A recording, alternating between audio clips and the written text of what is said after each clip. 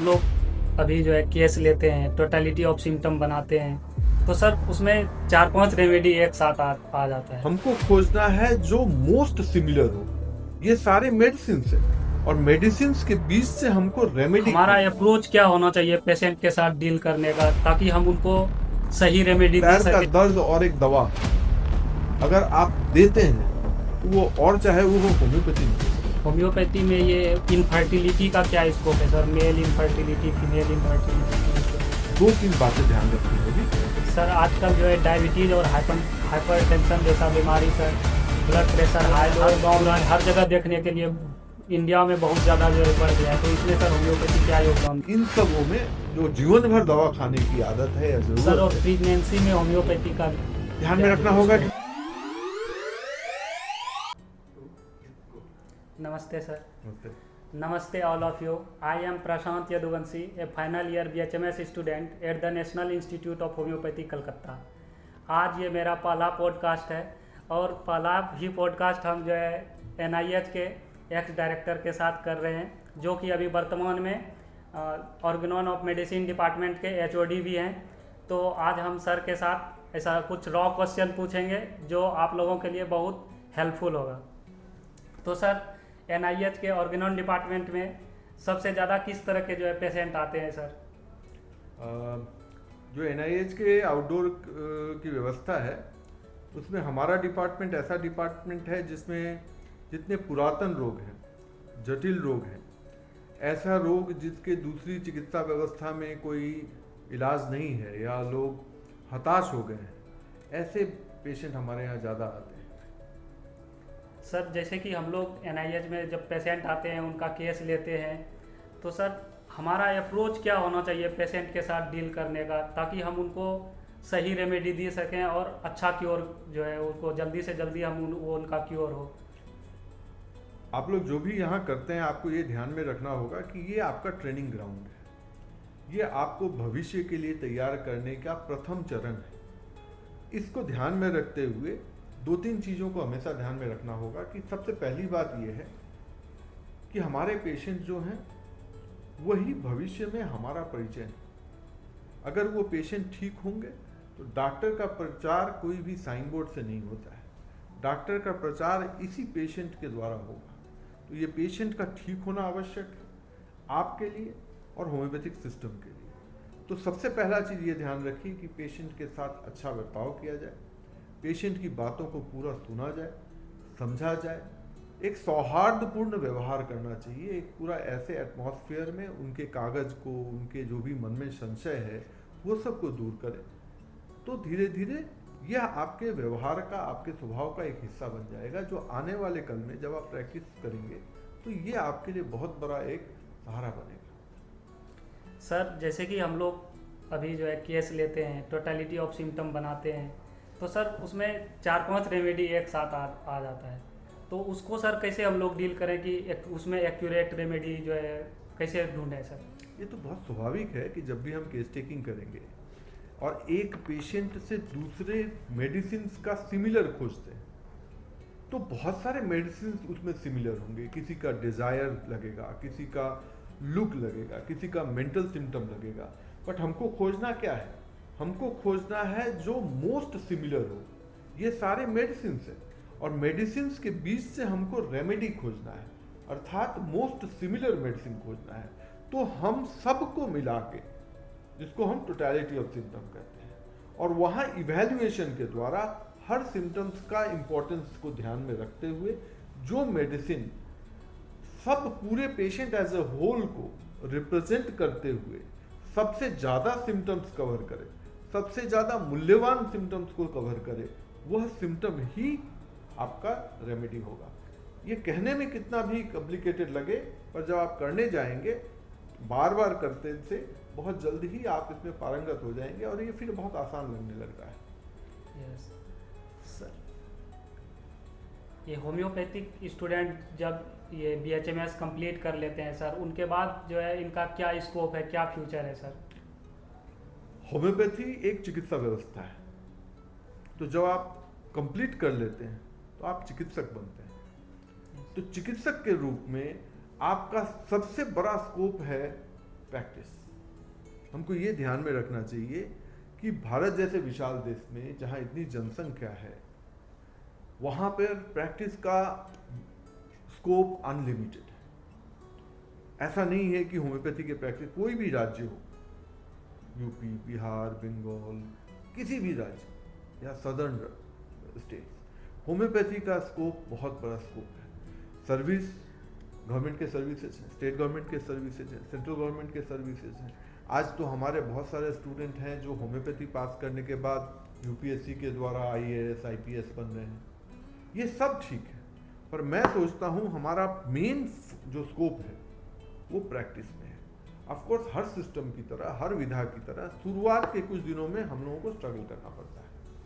वो स्ट्रगल से घबराना नहीं है, वो स्ट्रगल को एक चैलेंज के रूप में मानना है और वो स्ट्रगल के द्वारा प्रैक्टिस में धीरे धीरे अपने आप को इस्टेब्लिश करना है। तो शुरुआत के जो दिन हैं उससे न घबरा के अगर आप पैर में, अपने ज़मीन में अपने आप को टिका के रख सकें तो आई विल से कि स्काई इज योर लिमिट।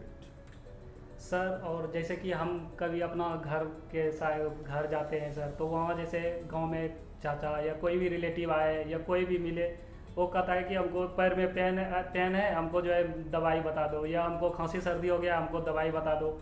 लेकिन हम लोग जो पढ़े हैं सर, यहाँ NIH में जो पढ़ाया गया कि जब तक टोटलिटी ऑफ सिम्टम नहीं लो तब तक कोई भी मेडिसिन ऐसे किसी को मत बताओ। तो सर इसके बारे में आप क्या जो है बोलना तो चाहिए? उसके लिए बहुत आसान है। आप जो भी मान लीजिए आपके पड़ोसी, चाचा, रिलेटिव जो भी हैं, वो जब आपको आके कहते हैं कि हमको पैर में दर्द है, कुछ दवाई दो, तुम कलकत्ता से आए हो, कुछ दवाई बैठाइए, एक गिलास पानी पिलाइए, बोलिए कि हाँ पैर में दर्द कहाँ है, कब से हुआ, कैसे शुरू हुआ, कैसे हुआ। और अगर ऐसा लगे कि वो धीरज खो रहा है तो उसको बोलिए कि अगर आप चाहते हैं कि हम अच्छा से दवा दें तो ये ज़रूरी है कि हम अच्छा से बीमारी को समझें। एक बार ये पूरी चिकित्सा जो प्रणाली है उसमें ऐसा नहीं है कि चिकित्सा की जिम्मेदारी केवल डॉक्टरों की होती है। हमारा काम पेशेंट को यह समझाना होता है कि यह एक प्रक्रिया है जिसमें डॉक्टर का योगदान होता है, साथ ही साथ मरीज का भी योगदान होता है। मरीज का योगदान है कि वह इस बीमारी को बारे में जो भी जानकारी है वो डॉक्टर के साथ शेयर करें। यह अगर आप अपने बातचीत के द्वारा कन्वे कर सकते हैं कि हम तुमसे जो पूछ रहे हैं तुम्हारे चिकित्सा के लिए बहुत जरूरी है, तो वो पूरे तन्मयता के साथ, सीरियसनेस के साथ आपके साथ सब कुछ शेयर करेंगे। शॉर्टकट में केवल पैर का दर्द और एक दवा अगर आप देते हैं तो वो, और चाहे वो होम्योपैथी नहीं हो सकता है। होम्योपैथी के लिए ज़रूरी है कि आप पूरी बात जो सीखे हैं उसका एप्लीकेशन करिए। सर जैसे कि हम वीडियो बनाना स्टार्ट किए तो मेरा एक ही उद्देश्य था कि हम अपने साइड में देखते हैं कि सब जो है मैक्सिमम लोग, हम गांव से आते हैं सर, तो मैक्सिमम लोग बाहर जो है काम करते हैं। और सर ऐसा होता है कि बाहर से कमा के उसके घर का जो है, जो बड़ा बेटा है या उनके पिताजी हैं, पैसा भेजते हैं और घर में बहुत लोग बीमार रहता है, सारा पैसा इधर जो है डॉक्टर के पास चला जाता है।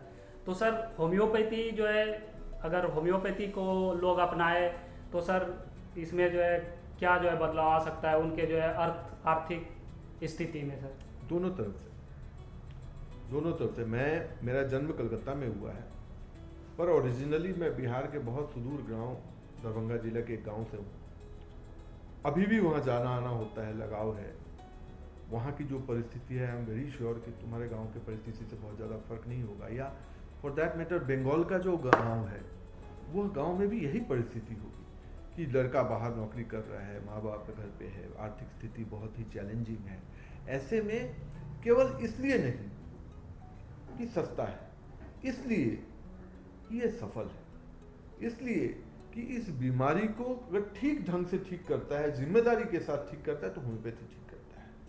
यह केवल मुंह से बोलने से नहीं होगा। आप जब जाएंगे, प्रैक्टिस करेंगे, 2 पेशेंट ठीक होगा, 3 पेशेंट ठीक होगा, वो लोग देखेंगे और वहाँ से फिर वो बात फैलना शुरू करता है। जरूरी नहीं है कि आप जहाँ जाएं वहाँ पे सब होम्योपैथी की जय जयकार करें और वहाँ प्रैक्टिस करें। ऐसा भी हो सकता है कि आप जहाँ जाएं उस एरिया के आप अकेले होम्योपैथी डॉक्टर, आपकी जिम्मेदारी और ज़्यादा हो जाती है। आपकी जिम्मेदारी होती है अपने आप को उदाहरण बनाना, ताकि आपको देख के लोग समझें कि हाँ ऐसा होम्योपैथी होता है, ऐसा होम्योपैथी का रिजल्ट होता है। और वही आप फिर आने वाले दिन में आपके एरिया के बहुत सारे लोगों को उत्साहित करेंगे होम्योपैथी पढ़ने के लिए, न केवल प्रैक्टिस करने के लिए बल्कि पढ़ने के लिए। सर लोगों को homeopathy as a first line of treatment जो है अपनाना चाहिए, इसके बारे में आप जो है क्या अपना आज के दिन में ऐसा नहीं सोचना चाहिए कि होम्योपैथी एलोपैथी ये सब आपस में टकराव है। आज के दिन में भारत सरकार भी ऐसा सोचती है और हम लोग सब ऐसा सोचते हैं कि हर सिस्टम का अपना स्कोप है, अपना लिमिटेशन है। कहीं पे होम्योपैथी ज़्यादा सफल होता है, कहीं पे होम्योपैथी के अपने हाथ खींचे हुए रहते हैं। उसी तरह एलोपैथी कहीं पे ज़्यादा सफल है, कहीं पे उसके लिमिटेशन है। तो इसमें सब एक दूसरे के साथ पारस्परिक समन्वय भाव के साथ एक साथ को एग्जिस्ट करें, ताकि जहाँ पे हमारा स्कोप है वहाँ, इसीलिए आज किसी भी अच्छे होम्योपैथी डॉक्टर के पास आप जाइए तो बहुत सारे एलोपैथिक डॉक्टर उसके पेशेंट। किसी भी होम्योपैथी डॉक्टर को पूछिए कि आप कभी एलोपैथी खाए हैं कि नहीं, क्यों नहीं खाए।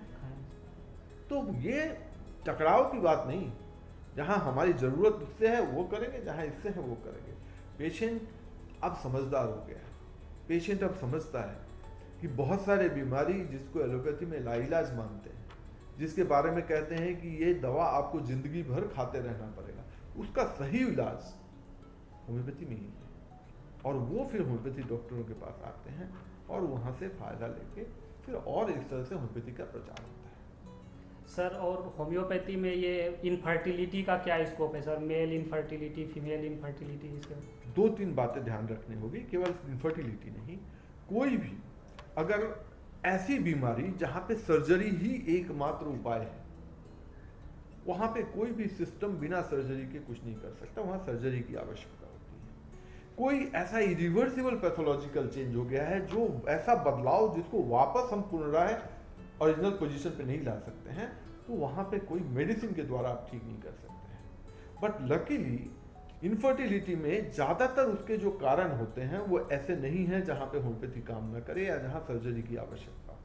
तो वहाँ पर होम्योपैथी के नियमों को मान के, डॉक्टर हैनीमैन के निर्देशों को ध्यान में रखते हुए अगर पूरे ढंग से केस टेकिंग करें और सही तरीके से दवा का चयन करें, और दवा के चयन के जो जो नियमावली है कि पोटेंसी सही हो, रिपीटेशन सही हो, पेशेंट को यह समझाया जाए कि क्या खाना है, क्या नहीं खाना है, कैसे जीवन शैली होना चाहिए, ये सब करें तो शर्तिया तो हो नहीं सकता है, बट एक बहुत अच्छा परसेंटेज का चांस रहता है इसमें अच्छा रिजल्ट आने का। सर, आजकल जो है डायबिटीज़ और हाइपरटेंशन जैसा बीमारी sir, blood pressure high low, पूरा जो है हर गांव में हर जगह देखने के लिए इंडिया में बहुत ज़्यादा जो है बढ़ गया है। तो इसमें सर होम्योपैथी क्या योगदान दे सकता है अपना? ये इतना कॉमन हो गया है, उसका मेन कारण है हम लोग का लाइफस्टाइल। हम लोग की जो जीवन शैली है, शहर में हो या गांव में हो, उसमें बहुत आमूल परिवर्तन आया है। सोचने में, खाने पीने में, रहने में, सब कुछ में परिवर्तन आया है। उसका फल ये हो रहा है कि इस तरह की बीमारियां जो पहले बहुत कॉमन नहीं था, आज बहुत कॉमन हो गया है, घर घर देखने को मिल रहा है। यहाँ पर एलोपैथी का जो इलाज है वो है कि इसको बहुत बढ़ने नहीं देता है, कंट्रोल में रखता है और लगातार दवा खाते रहना पड़ता है। होम्योपैथी की यहाँ पे ज़रूरत क्या है कि होम्योपैथी धीरे धीरे उस एलोपैथी दवा को रिप्लेस करके, टैपर करते हुए, धीरे धीरे कमाते हुए उसको बंद करवा देता है और फिर पेशेंट के नॉर्मल हेल्दी स्टेट में उसको ला सकता है। बट हमको ध्यान में रखना होगा, फिर से पहले जो मैं बोला हूँ कि चिकित्सा में केवल जिम्मेदारी डॉक्टरों की नहीं होती है, उसमें पेशेंट की भी जिम्मेदारी उतनी ही है। तो क्या खाना है, क्या नियम मानना है, कैसी जीवन शैली होना चाहिए, डॉक्टर के निर्देशों के अनुसार पेशेंट की जिम्मेदारी है कि वो उसको पूरी तरह से माने। तो एक बहुत अच्छा चांस रहता है कि इन सबों में जो जीवन भर दवा खाने की आदत है या ज़रूरत है, पेशेंट को उससे छुटकारा मिल सकता है। सर, और प्रेगनेंसी में होम्योपैथी का जो है ये ध्यान में रखना होगा कि प्रेगनेंसी एक फिजियोलॉजिकल फेनोमेना है, बीमारी नहीं है।